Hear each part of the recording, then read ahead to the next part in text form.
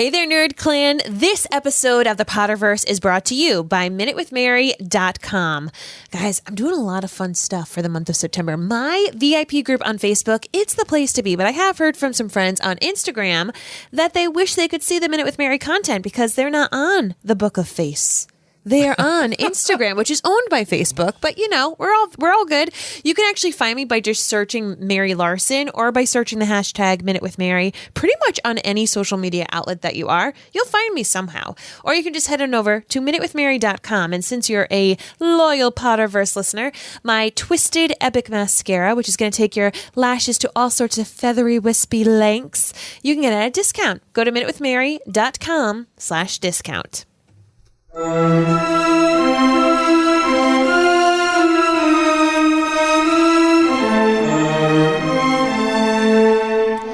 Providence, Rhode Island, welcome to the Potterverse. It's a podcast dedicated to the book and film universe of Harry Potter. So grab your favorite wands and your favorite time turners, and let's step into the night and pursue that flighty temptress adventure.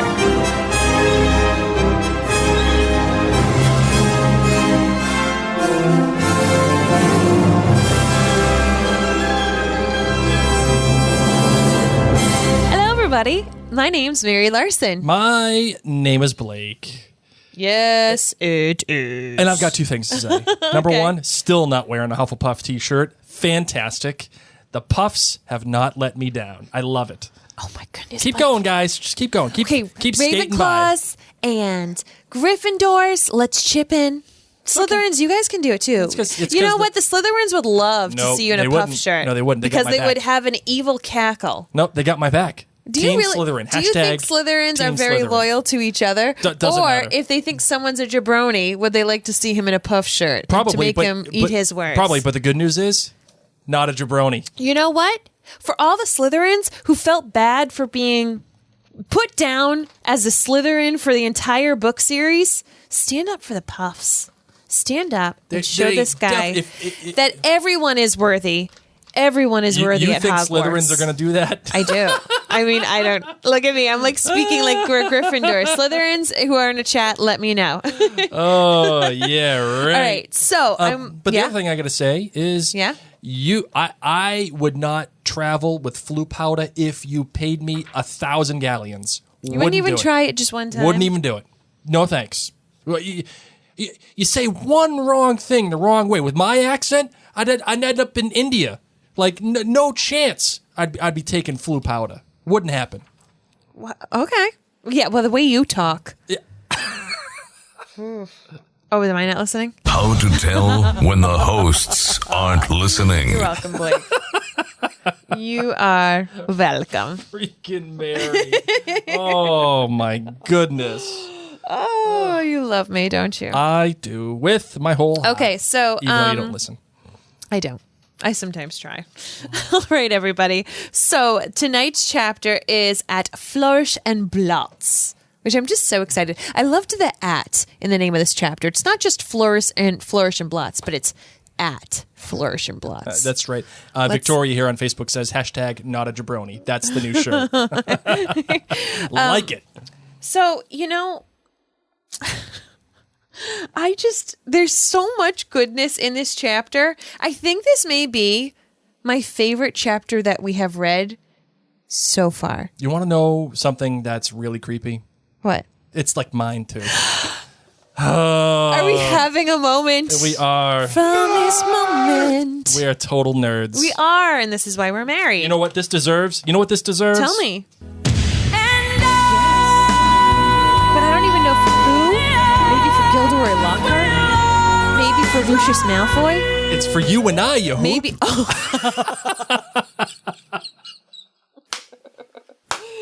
You're welcome. Oh, man, Mary. Okay. So there's just a lot that happens in this chapter. A lot, guys. So you are on another level tonight. You're welcome. You're not in savage mode. You're like on Planet Zippy today. I don't want to be on Zippy. You are. Okay. All right, go ahead. Well, that's what I'm saying. I'm saying I'm having a problem picking a quote. Do you have a favorite quote? You want me to keep vamping for you, or what do you want me to do? I didn't know you were vamping for me. My Goodness gracious. I can only blab so much. Fine. Mr. Malfoy's lip curled. I have not been visited yet. The name Malfoy still commands a certain respect, yet the ministry grows ever more meddlesome. There are rumors about a new Muggle Protection Act. No doubt that flea-bitten, Muggle-loving fool Arthur Weasley is behind it. You know, this actually probably would have been one of the quotes I would have picked if you read. So it's like we're married, It's Blake. like we're married. And Jennifer here actually has a comment on that. She says, when Mary got so nerdy, she forgot she was married. Well, guys, just, you know, if you want to keep supporting us as a married couple, even though Mary forgets it, you can just go to maryandblake.com, and we have a whole ton of stuff that's there. If you are into more than just Harry Potter, you love Outlander, you love Game of Thrones, you love Gilmore Girls, you love, what else? The Leftovers. What else are we talking? Outlander. I said Outlander. I wasn't listening again. Oh, my goodness gracious. I have to play it again. How to tell when the hosts aren't listening. If you love The Crown, if you love The Handmaid's Tale. I just hate when you go and run on sentences. That's why. Land the plane. I'm trying to tell everybody what we do. We do a lot of stuff, guys. Marvin, you aren't zippy today. If you like all that stuff, go to maryandblake.com. And if you find any kind of value in what we do, as well as getting me in a Hufflepuff t-shirt and picking what I have to say for our new intro, and also Blake's Book Club and getting early access to all the things that we do here, including some very cool Q&A sessions that we've been having lately on the page, just go to jointhenerdclan.com and become a distinguished illustrious member there, and join all the nerds in that group while we're at it, because it's a fantastic community, truly, and you don't want to miss out on it. Marvin, are you ready for this? I was born ready. Let's do it. I solemnly swear that I'm up to no good. Am I born ready? I knew I was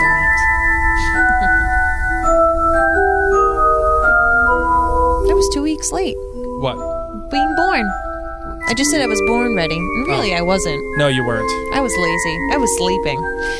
Because that's what I like to do. It's my favorite. Okay, so little synopsis for at Flourish and Blotts. The boys, Ron and Harry, they flew powder all the way to Diagon Alley because they need to get their books. The whole family goes there, but Harry ends up at Borgin and Burkes, makes a big mess of himself. Then they end up at Flourish and Blotts, where they see Gilderoy Lockhart and Lucius Malfoy and Arthur Weasley get into a brawl. Oh, dad fight. Dad fights? Nothing like an old man fight. Like, I have never seen an old man fight. Oh, I've seen a couple. I've seen the teenage girl fights. I've seen teenage boy fights. I've seen adult woman fights, thank you, Housewives of New York. Oh, yes. Or Jersey. Jersey and New York, but especially Jersey. Flipping tables. Oh, Teresa. Oh, my goodness gracious. Oh, Teresa. So, yeah, a lot happens in this chapter. I mean, you and I just said in the intro that this is probably our favorite chapter so far. And we actually had a question in our live chat saying, so far in Chamber of Secrets or so far in the Harry Potter series? And I am going to tell you, this is my favorite so far in the Harry Potter series, book 1, and now as we go into book 2. I will get back to you how this fares versus other chapters, but I feel like I'm sorry, continue. Yeah, please. I just feel like this is when, like, you went from reading a children's book to, oh my goodness gracious, this is actually a 1,000-piece puzzle that you have to put together. Right.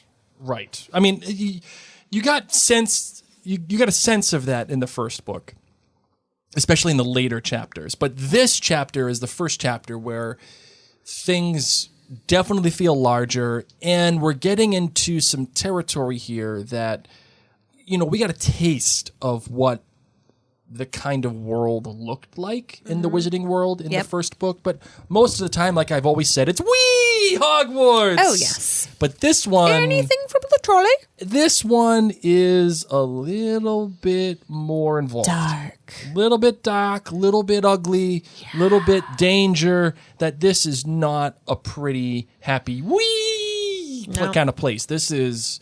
You know what is fun, You go down the wrong though? alley, you go down, you start messing with the wrong people, you're going to get hurt. You won't get hurt at the Burrow unless your name's Errol. Right. No, why would you? Because you'd be a fantastic owl. I just love how different Harry views the Burrow versus the Dursleys. You know, he talks about how everything was like in its place at the Dursleys. Even I think when Nymphadora Tonks comes to rescue Harry and help him leave Privet Drive, she even comments about like how orderly the Dursleys' house is. You know, I think just the wizards, they're a bit more laid back, but the Weasleys are certainly laid back. So we of course are having a grand old time. Yeah, the thing I really like about this chapter is the way that it begins. I mean, I love the beginning. It's life at the Burrow was as different as possible from the life in Privet Drive. The Dursleys liked everything neat and ordered. The Weasleys' house burst with strange and unexpected. Harry got a shock the first time he looked in the mirror over the kitchen mantelpiece, and it shouted, "Tuck your shirt in, Scruffy!" The ghoul in the attic howled and dropped pipes whenever he felt things were getting too quiet. And small explosions from Fred and George's bedroom were considered perfectly normal. Totes. What Harry found most unusual about life at Ron's, however, wasn't the talking mirror or the clanking ghoul. It was the fact that everybody there seemed to like him. They like him so much that he eventually gets to be part of the Weasley family. Absolutely. So great, so great. So, of course, yeah, the kids then get their letters. They get in touch with Hermione briefly, of course, but then they get their school letters and their book list for, at least Harry, for book year 2, the standard book of spells, grade 2, you know, normal. But then we get Break with a Banshee, Gadding with Ghouls, Holidays with Hags, Travels with Trolls, Voyages with Vampires, Wanderings with Werewolves, and The Year with the Yeti, all by Sir Gilderoy Lockhart. Oh, and I think this is why I love this chapter, because Gilderoy Lockhart... He's in for the money! Oh, Gilderoy Lockhart, he don't mess around. I mean, imagine him, he gave this list to every kid at Hogwarts, all 1,000 children, just had to buy all 7 of these books, which, as we hear from the Weasleys, don't come cheap. Right. You know, so maybe what, $30 a pop for a small book? You know his books are not long. No. And they're probably like, they're not like 12 font. They're probably like 18 font. And he has like the first letter of the paragraphs really big to take up even more space. Oh, absolutely. And he's writing in Courier. He's not writing in Times New Roman. Oh, no. No. He's a Courier kind of guy. He needs some flourishes in it. Yes. But so imagine that, how he's like, I'm running a little low on funds. I need to sell some more books. Let's get out there. Let's make some more some stories. Passive income. Smart passive income. There you go, Gilderoy. Work smarter, not harder. Oh, my goodness like gracious. And also we get dripped throughout this... dripped. Ooh. Like just little peaks of Ginny's infatuation with Harry. And it's so cute. She drops her porridge and she doesn't talk. And she's just like... She puts her elbow in the butter. Yeah. And Harry's the only one that notices. But I think it's interesting that Harry is the one that notices. Right. You know, so like, yeah, he's not really into Ginny right now. But A, he's a kind soul. But B, he's paying attention to Ginny. Right. Absolutely. He even tries to talk with her. You know, he says, "Oh, you're going to Hogwarts?" And this chapter, I think that's why this chapter is really, really that good. Because it not only does it give you these small little snippets into the relationships that these people are sharing, like how Ginny just can't seem to get anything right. Bless her heart. Until finally it comes the conflict at the end where Ginny has this kind of quiet power about her. Dare say brave. But not only that, this chapter, again, but even more so than previous chapters, sets up so many of the impending things that are coming their way for this book. I mean, we're setting up the conflict with the Malfoys. We're setting up a class distinction further going down that road. We're setting up the fact that there are dark objects in this wizarding world. Absolutely. We've just seen like merry little things, but really there's this very dark side. And it's so big that they have like their own streets and their own shops. Mm-hmm. Yep, absolutely. And then we have things with Gilderoy Lockhart. My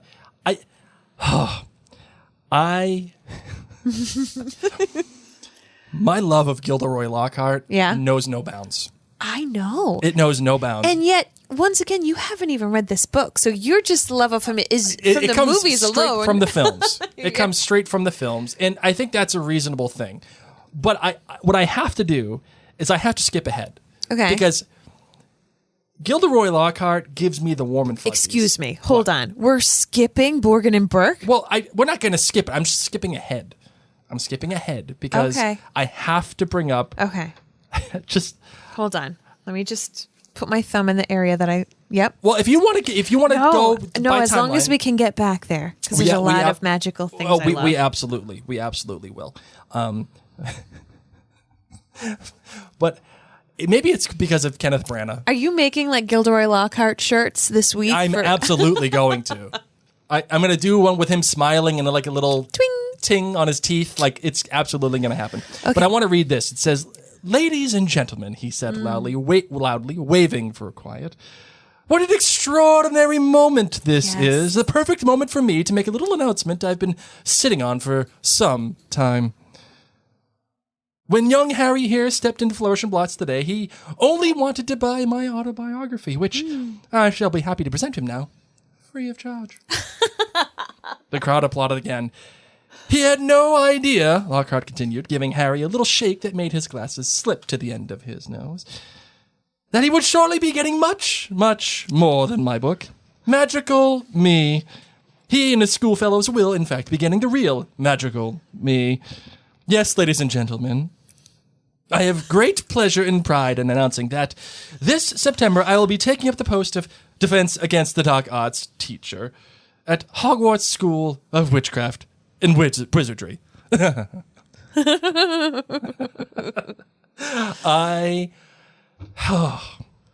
It's just the way that he speaks and the way that it's delivered, and absolutely free of charge.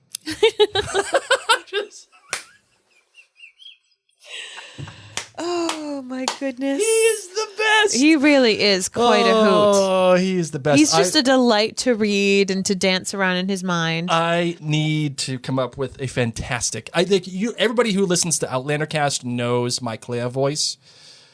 I need a Gilderoy Lockhart voice. You do. I'm going to come up with one. Okay. Oh God, he's so great. He truly is. We're gonna have some really fun moments with him. He's the best. All right, so I just had to bring that up because no, honey, that was something. Your love is going to be a topic of conversation in this book, and I'm really excited to eat it up with you. Oh yeah. But I think another one of the reasons why you and I both enjoy this chapter is, like you said, we got to see the dark side, and this is where things get a little creepy, albeit spooky. So Harry, of course, travels by Floo Powder, coughs, ends up in the wrong area, ends up on Nocturne Alley, of course, breaks his glasses again, to which point I wrote down in my notes, what's the scoop with LASIK?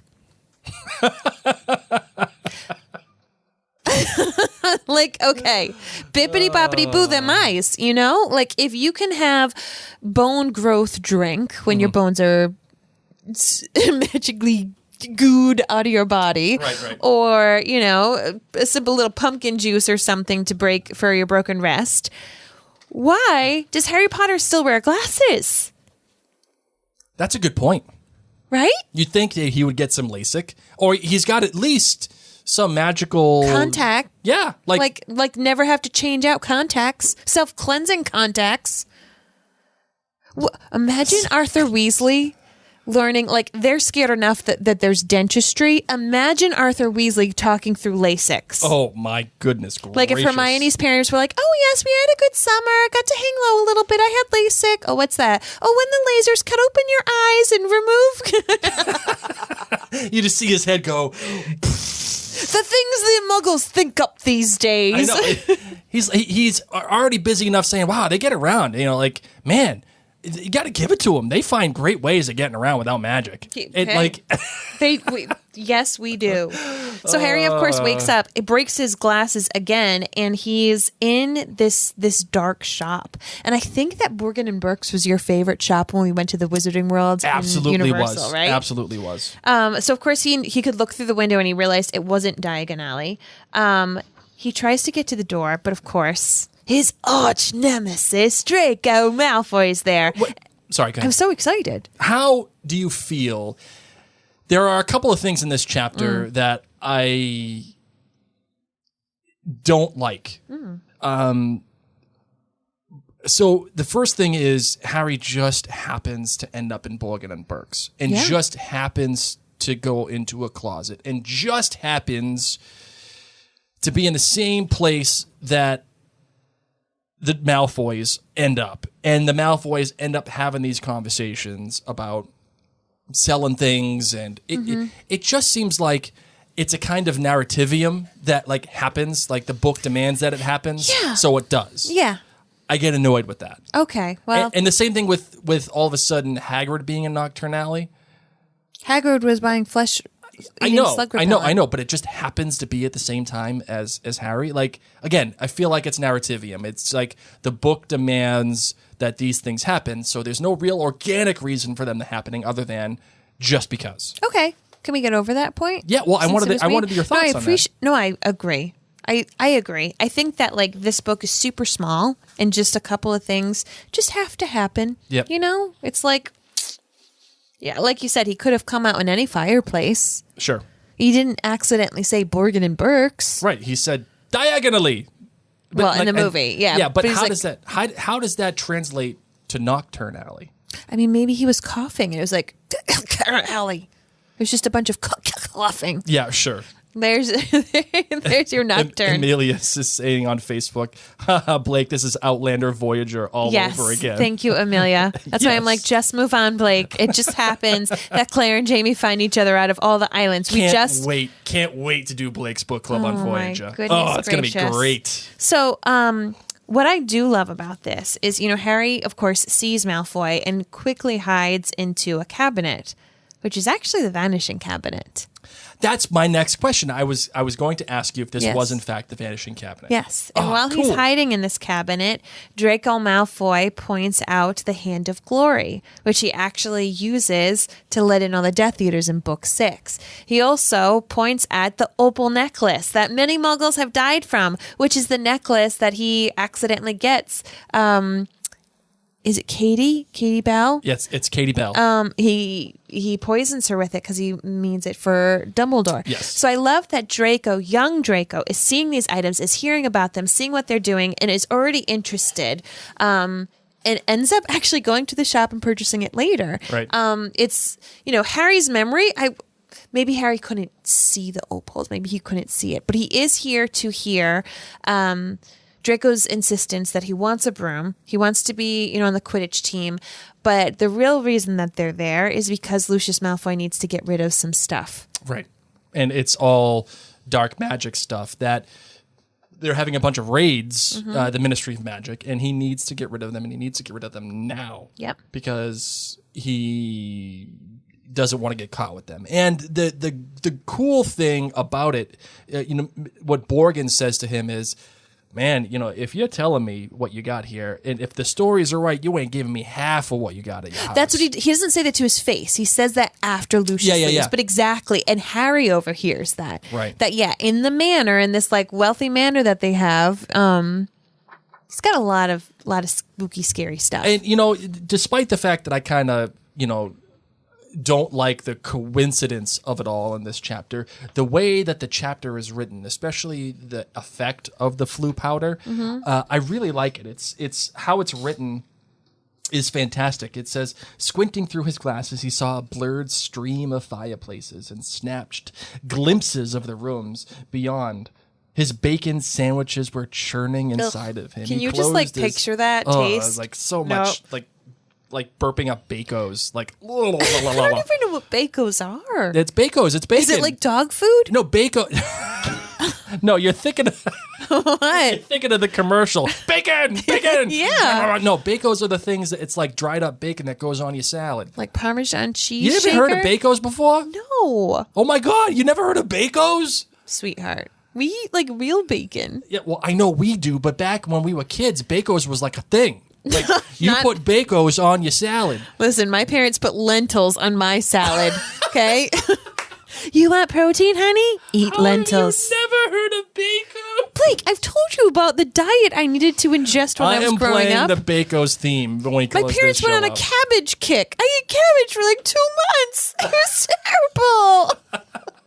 My house always smelled like pee. Oh, man. My house always smelled like pee. It did, Blake. It did. Okay, Maybe this is why I relate to Harry. Like, I would have preferred bread. Oh, man, Bacos. Well, it says his bacon sandwiches were churning inside of him. He closed his eyes again, wishing it would stop. And then he fell, face forward, onto the stone and felt his glasses shatter. Dizzied and bruised, covered in soot, he got gingerly to his feet, holding his broken glasses up to his eyes. He was quite alone, but where he was, he had no idea.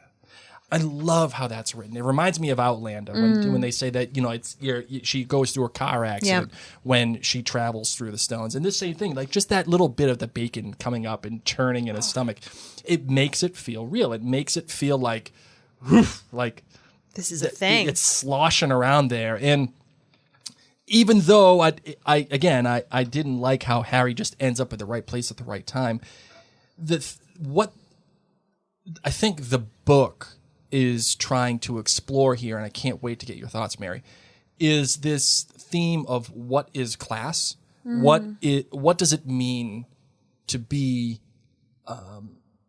what does it mean to exist within the class systems in the wizarding world?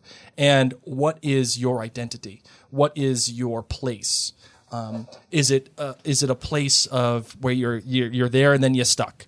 Or can you come out of that? And what can you make of your identity? And there's so much here, especially in this interaction at Borgin and Burkes between the Malfoys with Borgin, and how Borgin treats them to their face, but away from them. He treats them another way. And the Malfoy saying something along the lines of, like, you know, the Malfoy name still has some respect, but they're getting more meddlesome.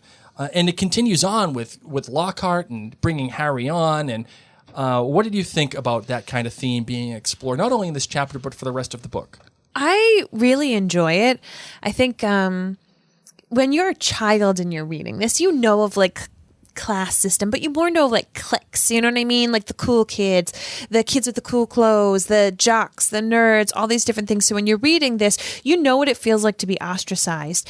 But then as an adult, or as you grow a bit older, it really is incredible, because there are different cities or towns where your name does mean something, where your address or your car really does mean something, and it means something to those particular communities. And I enjoy this because it's very, like, Great Gatsby. You know, it just brings you back to that whole, like, there is this echelon, whether we like it or not. Blake and I are obviously not that echelon. Clearly not. I'm wearing a Patty's Irish Pub shirt. Where, you know, it's... What I like about this is it makes you say, I don't want to be part of that. Like, I don't want to be another Malfoy. I don't want to have that kind of respect by a name. Victoria here on Facebook asks a great question. That class issue always really bothered me in this series. Do magical people also have classes and money and status? And textually, even in the first book, but especially this book, you can see it right away. Yes, absolutely. And it's even in these subtle interactions with Borgin, where Draco says, "Can I have that?" pointing at the withered hand on its cushion. "Ah, the hand of glory," said Mr. Borgin, abandoning Mr. Malfoy's list and scurrying over to Draco. "Insert a candle and it gives light only to the holder.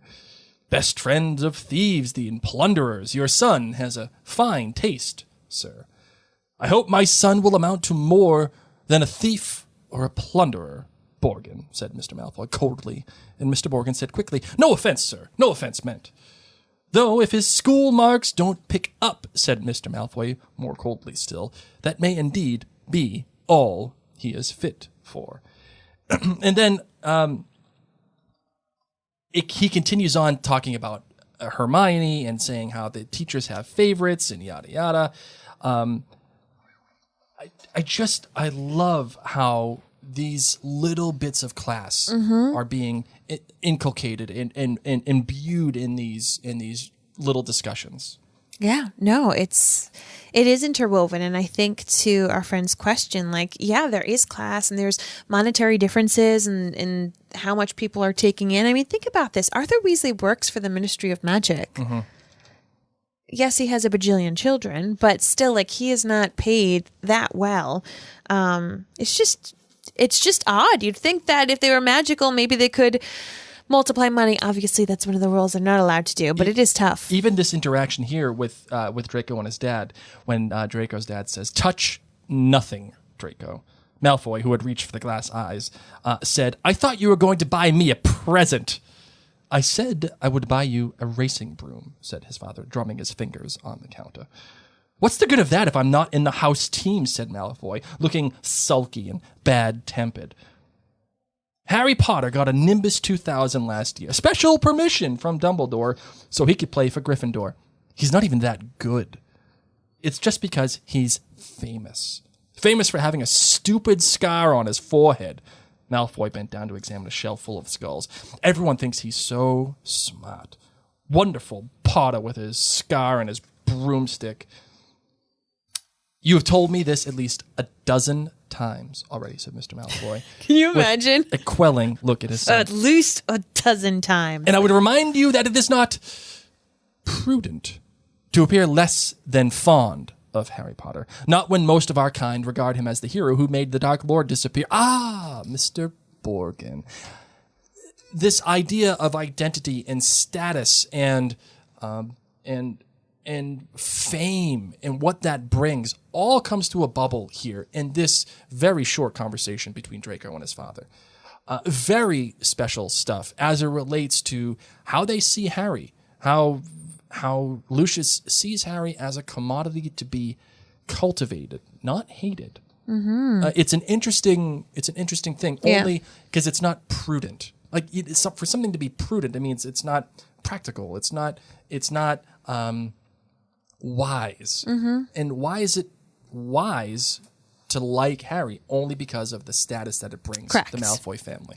And also, I think there's also this questioning that's going on amongst the Death Eaters, because Harry did defeat the Dark Lord, and he is still so young. So could he potentially be the next Dark Lord? But Draco brings up a good point.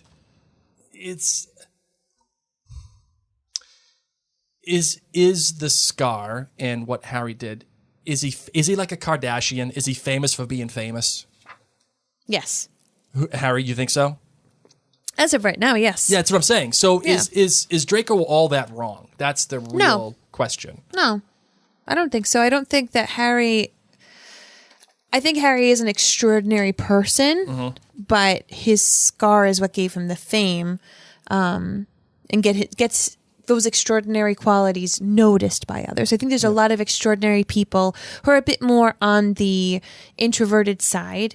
You know, I don't think that Harry isn't in anything for the fame and glory. So I think that if it were up to Harry and he didn't have the scar and everybody in the world didn't know his name, he would still have done these things and made these same choices, but maybe the whole world wouldn't have known. Right, absolutely. All right, continue. Sorry. I just wanted to go down that path. No, I'm digging it.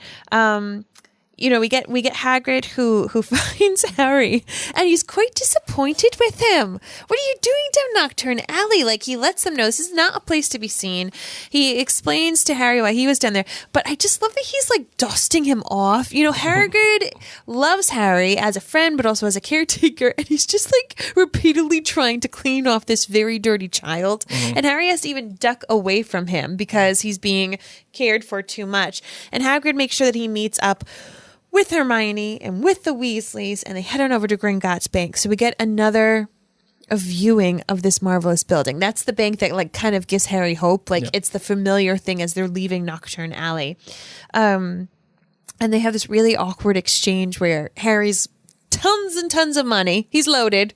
And the Weasleys, Mrs. Weasley, like goes in the back corner and like scrapes the floor to see if there's anything left. I know. Poor thing. And again, it gets back to the idea of identity. And the Weasleys are poor. They're poor. And Harry already knows what that feels like. Well, not what it feels like to be poor necessarily, but he knows what it feels like to now have something and see the way that they're struggling, that the Weasleys are struggling to make ends meet. Yes. And he has all this money, and he's like trying to hide it. And does that money make the Weasleys jealous? Does it make them feel a certain way? Like all of these things keep playing into it. What is Harry? And what is his relationships to the Weasleys now that he has money? And how they don't, and how he's not even like offering any money, right? He's bought things for them before. Like he buys them a little treat in this chapter. He bought, stuff from the trolley the first year. I think it's a really awkward situation for him because on the flip side, this is the only money he has. Like he doesn't have parents who can do little side hustles or make a bonus at work. Like this needs to help him survive, possibly help him put a down payment on a house or who knows what. Sure. So it is. And how badly would that make the Weasleys feel to have this 12-year-old boy giving them money? That's a great point. I think that's a great point. Because the Weasleys just treat him like a kid. We talked about that last chapter where the Weasleys are there and they're not treating him like Harry freaking Potter, but they're also not treating him just like a friend. They're treating him as though he is part of their family and one of their children. And I don't ever see the Weasleys ever asking their kids for any kind of financial recompense, if you will.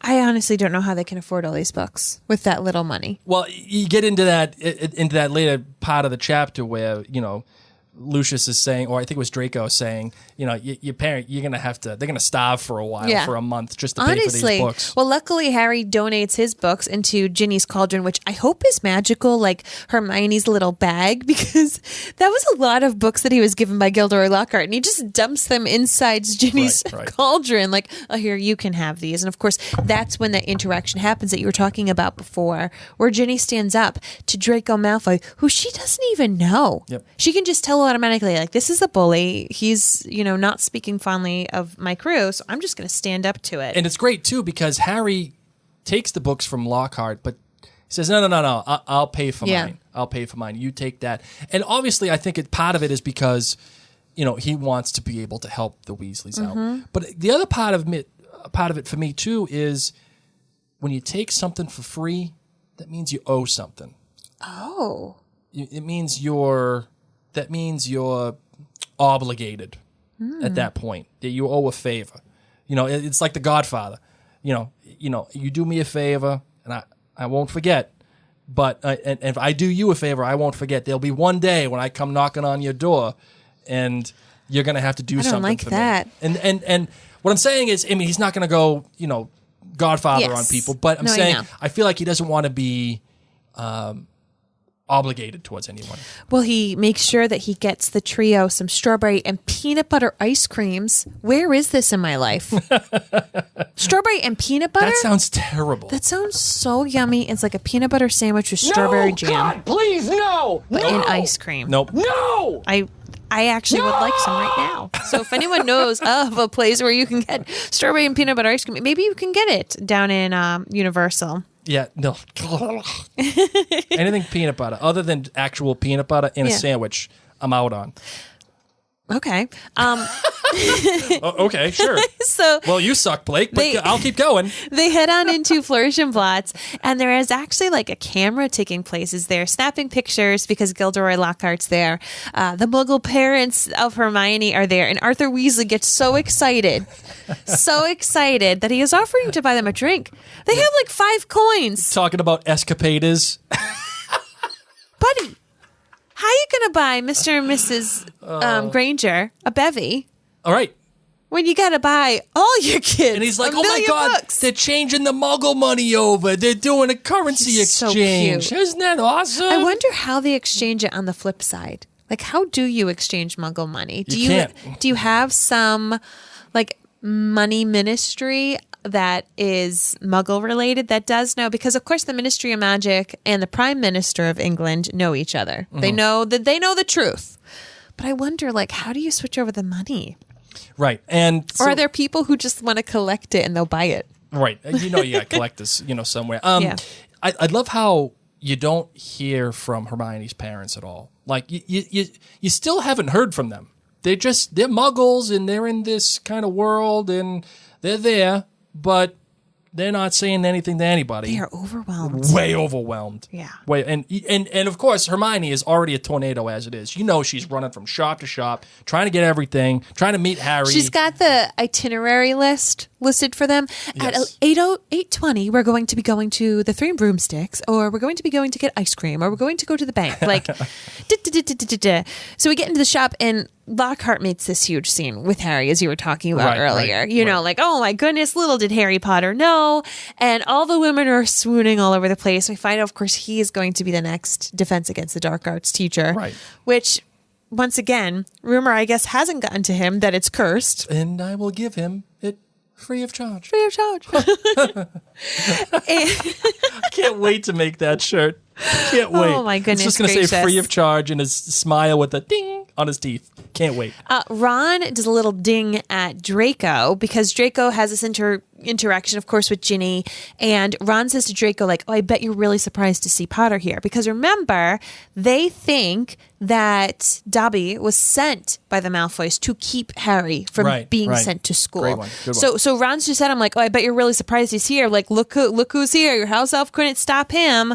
And that doesn't really happen. And then, of course, we've got like the little boy fight, and then we've got the man fight. Oh, and just before the man fight, the dad fight of the ages. Yes. We have this great interaction between Arthur and Lucius. All those raids, I hope they're paying you overtime. He reached into Ginny's cauldron and extracted from amidst the glossy Lockhart books a very old, very battered copy of A Beginner's Guide to Transfiguration. Obviously not, he said. Dear me, what's the use of being a disgrace to the name of wizard if they don't even pay you well for it? Mr. Weasley flushed darker than either Ron or Ginny. We have a very different idea of what disgraces the name of wizard, Malfoy. So good, Arthur. Oh, man, that was a burn for the ages. Yes! Like you think, when you feel like you own somebody and then they just come back at you and you're like, you've been pounded into the center of the earth. This would have been something I would have thought on the way home. Like, I would have had Malfoy being like, oh, what's the use of being a disgrace to the name of wizard if they don't even pay you well for it? And then I would have been like, and like left. And then the car ride home, I would have been like, you know what I should have said? I should have said we have a very different idea of what disgraces the name of wizard, Malfoy. That's what I should have said. Yeah, where's my time turner? But Arthur does it right away because he's ready. Right. He is ready. And he just takes that freaking metal cauldron and it goes flying and they start fighting. And the funny thing is Who threw the first punch? I feel like that was Weasley. I agreed. Yeah, that was Agreed. Weasley. The funny thing is that like we should have known reading this chapter instantly that this was a setup. We should have known immediately that from Malfoy to have a fight in public, someone who is talking about the Malfoy name of having respect and some title and how he interacts with people, how he just assumes how he's so much better than everybody else. He wouldn't even dare waste his time dealing with the Weasleys, wouldn't even waste his time dealing with a fight of all things. We should have known that this was a setup from the beginning. Would you agree? No. I mean, he's being majorly inconvenienced right now. He has treasures in his house that he now has to sell or get rid of or hide, and it's all because of Arthur Weasley. Mm-hmm. He calls him without even like speaking to his face, like that flea-bitten. Lucius Malfoy is all set with Arthur Weasley. I think he has it more out for Arthur Weasley. But then even Arthur's picking up on it while we're at Gringotts. He overhears the kids saying Lucius Malfoy, and he's like, oh, what about him? These two guys, I bet you they went to Hogwarts together, and I bet you they had a crush on the same girl, and she like blew them both off, so they're both bitter and mad from there on out. Or maybe like they were neck and neck, and like potions clash or something, and like who's going to be valedictorian? Neither of them. But you know what I mean? Like, I feel like these guys have been talking trash about each other for a long time. Forever. Yeah, absolutely. Like, get a life, man. And this is great because you're getting just from these interactions, you're getting a sense of the world, but you're also getting the sense, again, of the relationships that these people share. And it's done via their actions. It's done via the dialogue, but it's so well crafted by the author that you immediately understand the class system, how they interact, the danger of nocturnality, Borgin and Burkes, how it feels kind of creepy. And again, I have to go back to my boy Gilderoy. That's right. He's reached my boy status. He is in the my boy category. I love the way that the author writes this. We can actually meet him, Hermione squealed. I mean, he's written almost the whole book list. The crowd seemed to be made up of mostly of witches around Mrs. Weasley's around that age. And this is me now talking, okay. How Mrs. Weasley just has a crush on him, just Yeah. like all of the other. Yeah. It kind of reminds me of Outlander a little bit. How they all just crush on these characters and they meet them and they freak out. It's the same thing. And I love that. I love that because it's so real. It's like all these little fangirls going over to see their favorite It's thing not on the planet. fangirl, though. It's fan women. Yeah, right. A harassed-looking wizard stood at the door, saying, "Calmly, please, ladies. Don't push. There. Mind the books now." Harry, Ron, and Hermione squeezed inside. A long queue wound right up the back of the shop where Gilderoy Lockhart was signing his books. They each grabbed a copy of A Break with a Banshee and sneaked up to the line where the rest of the Weasleys were standing with Mr. and Mrs. Granger. "Oh, there you are. Good," said Mrs. Weasley. She sounded breathless and kept patting her hair. "We'll be able to see him in a minute." Gilderoy Lockhart came slowly into view, seated at a table, surrounded by large pictures of his own face, all winking and flashing dazzlingly white teeth at the crowd. The real Lockhart was wearing robes of forget-me-not blue, which exactly matched his eyes. His pointed wizard's hat was set at a jaunty angle on his wavy hair. You get such a real tactile sense of the crowdedness of it. When you get in those big kind of crowds, you get hot and sweaty. Don't do well in and those it just crowds. smells like bad breath. Yes. And, and God knows what else is going on in there. Yeah. I love how this is written, especially with Mrs. Weasley patting her hair, making sure everything's okay. Yeah. People bumping into each other. And then the pictures of Lockhart smiling at him. The way that the author writes this, she has done a fantastic job of giving you the characteristics of Lockhart right off the jump. Yes. Right off the jump, you understand who he is, what he is, why he is, and the fame that he tries to take advantage of with Harry when he's saying, "Oh, you and I, we're going to make the front page." But what is interesting here is we don't get any sense that he hasn't done these things. No. You're right. We picture him as being like that gallant person from the movie Up, the guy that was in the blimp and everyone thought was so famous, Oh, like that's this right. Voyager. Yeah. Like kind of like an Indiana Jones. Yep. Just yummy. Muntz. Yes. Yeah. Charles Muntz. Like someone just super famous and daring and ready to take on adventure. That's what you see him as. And he's gorgeous. He's a gorgeous man. Yeah. All right, anything else you got to say about this? Well, I just think that it's really interesting. You're talking about like, oh, isn't it fortuitous that the Malfoys are there when the Weasleys are there? And like, I completely think that, this was his plan. He and Arthur hate each other so much. So this was his plan to like give this book to one of Arthur's kids. Then maybe Arthur gets caught with it. Arthur's trying. Absolutely. This is at his house, and he's like, I need to get rid of this. Oh my gosh! Like all the Weasleys are here, perfect, and it's going to open the Chamber of Secrets because Voldemort had given this book to him before he died. Voldemort had trusted it to Lucius, knowing that he was a Death Eater, and was going to use it to open the Chamber of Secrets to kill all the Mudbloods, obviously. Sure. So this is like this is just awesome for him. He can open the Chamber of Secrets, Yep. kill all the Muggle-born, like keep the wizard blood clean. You know, this is something he really cares about, and get Arthur Weasley in trouble. And not only kill all the Muggle-born, but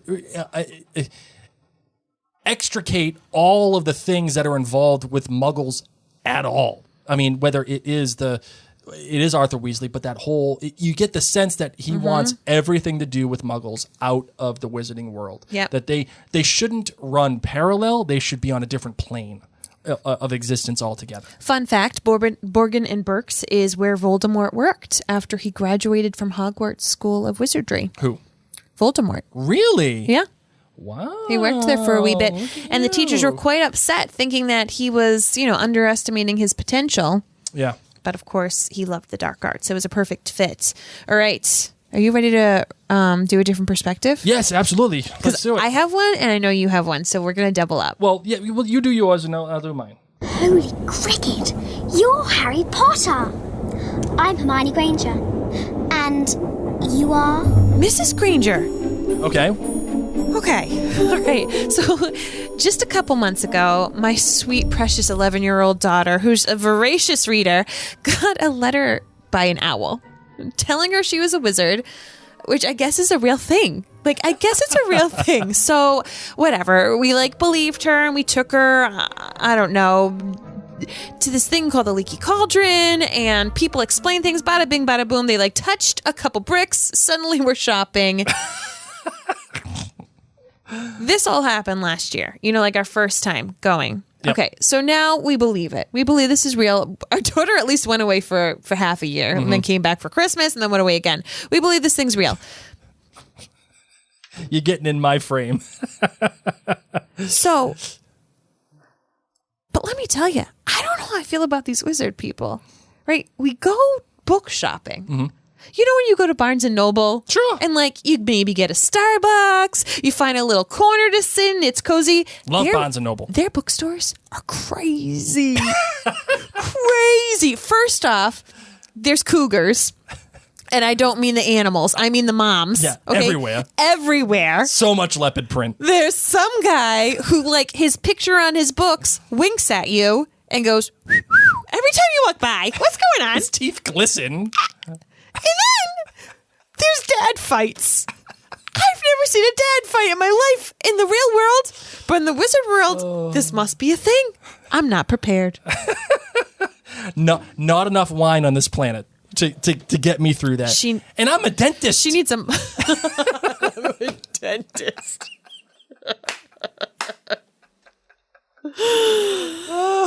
I'm gonna need to take some laughing gas before I go to Diagon Alley next time. Is this real?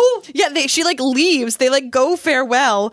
They go home quickly, through the Leaky Cauldron, because that's how they need to get home. They're peace.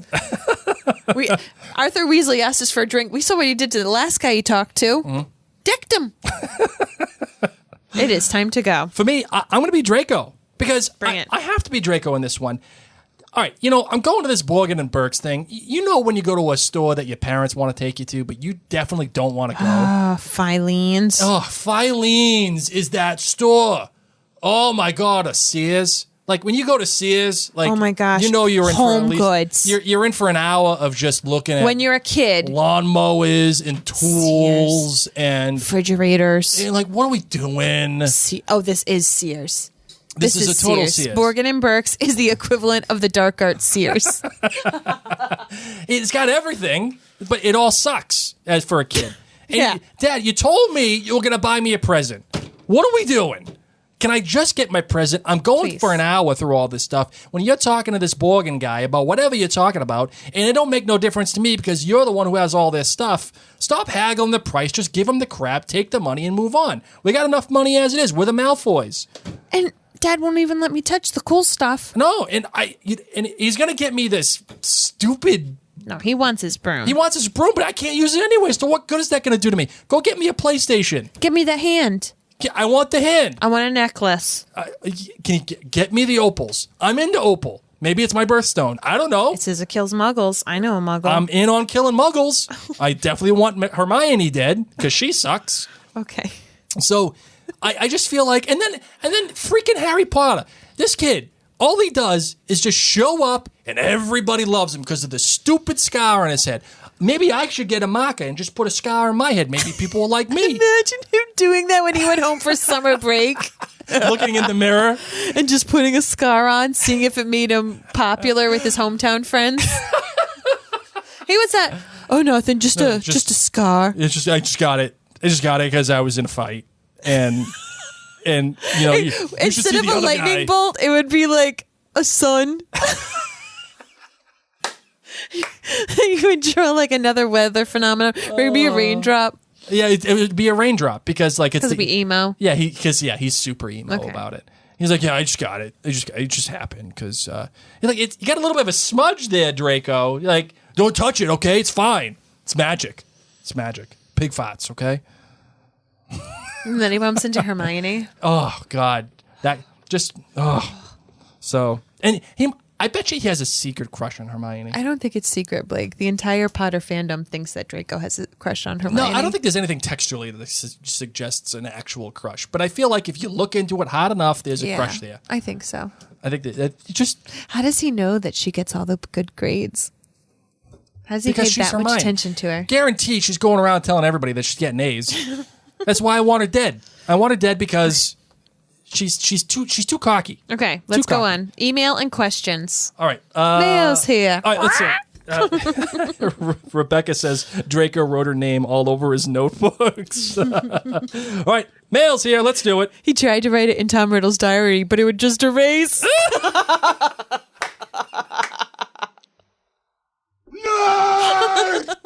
Oh, good stuff. Good stuff. Okay, here we go. Let's do it. Mail's here. All right, this one comes from Leah. She says, I'm not sure if anyone addressed this yet because I'm behind in the episodes. That's okay. That's what we're here for. Totes. First-time mom with 15-month-old living in South Korea. Hey, hello. With no daycare or family support system and a husband who works 12 hours a day, so my time is not my own, unfortunately. So sorry, my friend. Girl, we got you. You come listen to us. You come listen to us. But she's a long-time fan of us since before Outlander. Oh. So thank you. I, like Blake, started my journey with the Potterverse via the movies. It was only when I moved to Korea in 2013 to teach ESL that I downloaded the audiobooks and listened to them while commuting to and from work and while exercising. Very cool. I'm so amazingly happy that you guys decided to do a podcast about this world, and as much as I love your Outlander cast, it's your Potterverse and how much I super really want to join Blake's book club. Go to jointhenerdclan.com to do that. That it's inspired me to figure out how to become a patron. Anyway. Number one, pudding. This is a Britishism. It's a general term for dessert. For Americans, pudding is kind of specific to dessert, but for the British, it's any kind of sweet confection served after the main meal. It's like how they say dressing gown, and we say bathrobe. Cool. Number two, question and a thought. When you guys started your podcast, it inspired me to go back and re-listen to the books. My original plan was to follow along chapter by chapter with you guys, but of course, you know, the pull of this world, and I got sucked in until I had to finish book 7. So it occurred to me that the house common rooms are all hidden for the most part from members of other houses. You have to climb through a hole in the wall hidden by a portrait who demands a password to get into the Gryffindor Tower. Yes. Harry and Ron search for a long time in the dungeons before they get lucky and get brought to the Slytherin quarters by Malfoy, also under the password protection here. And Harry needs to be shown where Ravenclaw Tower is and must answer a riddle before being allowed in. So that makes me really curious about the relationship of the 4 founders. Seems like they were guarding against attack from other houses. Oh, yeah. Hiding and protecting their headquarters like that. They do not trust each other. So, do you know if there's anything in any book, screenplay, fanfiction, etc., that tells the story of the Hogwarts and the 4 founders?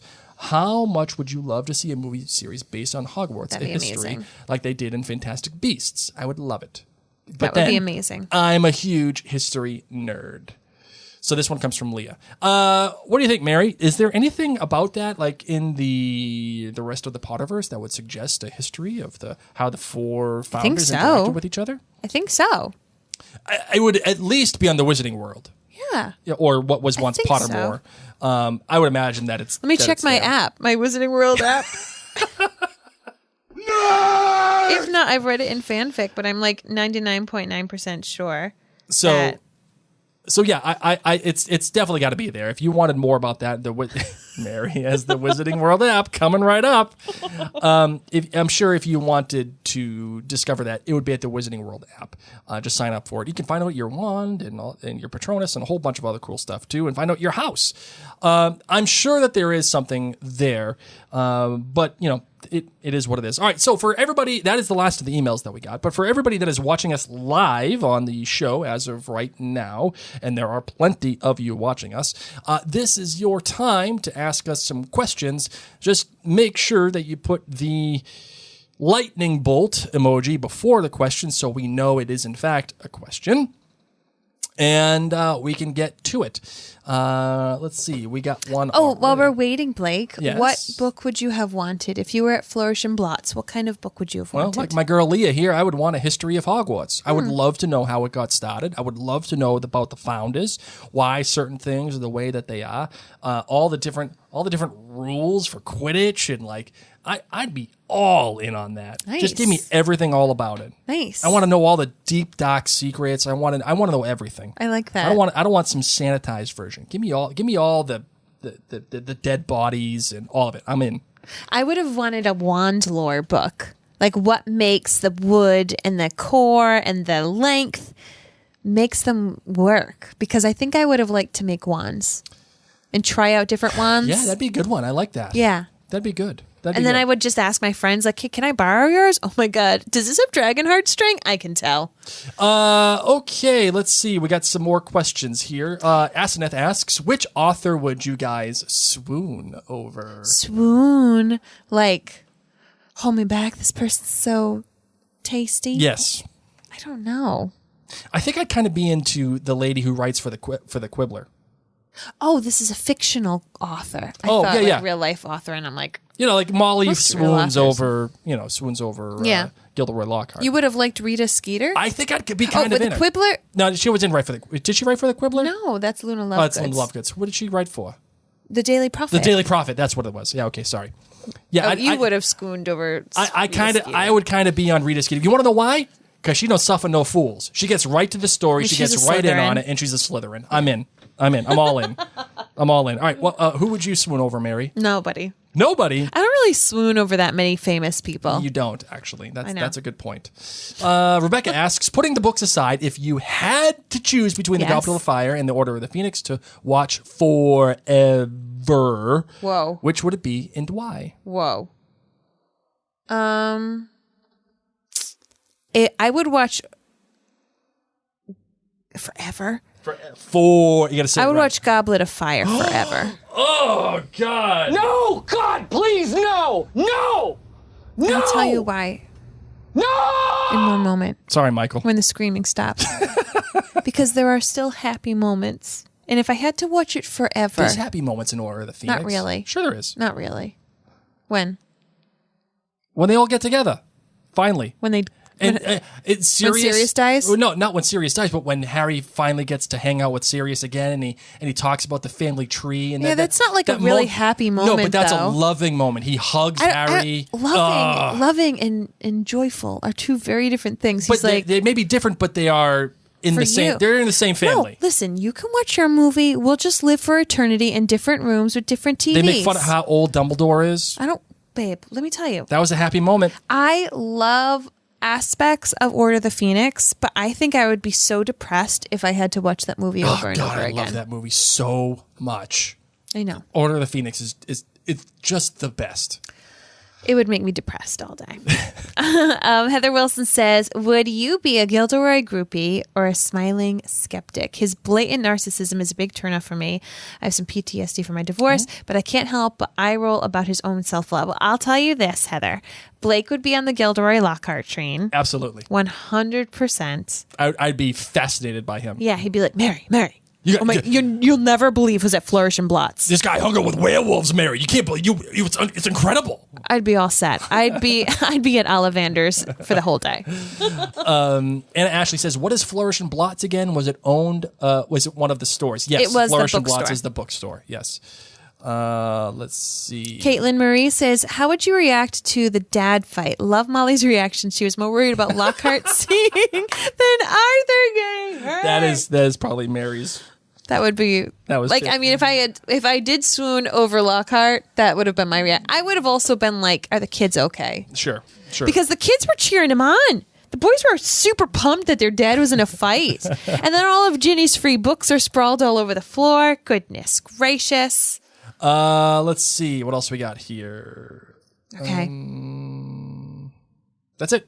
That's all we got so far. That's all we need. Yep. On that note, my friends, we were going to see you later this week. I'm excited. Yes, absolutely. We got the Whomping Willow next. Yeah. This is going to be a fun chapter, too. It just starts picking up from here. I feel like this is when the book starts to finally start taking a turn. Like it's turning the corner now, and we're going to get into it. Yeah, it's like, okay, you either know who these characters are because you actually read the first book, or you're caught up and we're ready to go on this ride. Yes, Let's absolutely. miss the Hogwarts Express and miss my favorite line, but your hands all sweaty. All right, Marvin, we've So been here. good. We've been here for an hour. It's Yes, we time have. to get going here. All right, let's close it out, shall Yes, we shall. we? I don't have the Baco's theme, Good. unfortunately. Ew. I couldn't find it, so Ugh. we're just gonna have to go with. I'm totally okay with that. with the normal close. Thank you. I'm more in the mood for strawberry peanut butter ice cream cookies. Thank you. This ice cream's delicious. On that note, You're talking over the whole theme. John Williams is freaking out right now. he's totally. I called him the other day. Good friend of the show, by the way, John Williams. I said, hey, listen, Mary has this habit of talking over your music. I don't know why. I'm so sad that we couldn't go see him at Tanglewood this summer. Me too. We're going to stay at that really horrible motel again. It was the worst sleep of my life. That was the worst place I've ever been to stay. It was we stayed at some janky motel in the Berkshires. Blake loves to come up with these really romantic ideas, and then sometimes. But I don't have the money to pay for it, so. I'm pretty sure there were bugs in the mattress. It was really scary. Okay, so on that note, we're excited to talk about the Whomping Willow, but I really want to thank those of you who went to jointhenerdclan.com and became patrons there for as little as $2 a month. It really makes a huge difference in us being able to continue the podcast and all of the blogs and everything that we do. So thank you so much. Yeah, guys, thank you. So go to jointhenerdclan.com if you find any value in the things that we do here at the Potterverse or any of the shows at the Mary and Blake Media. We're here for you guys, and we're going to have some fun together. And hopefully at that point, we'll be able to afford better motels. So, On that note, my name's Mary. my name's Blake. Mischief managed.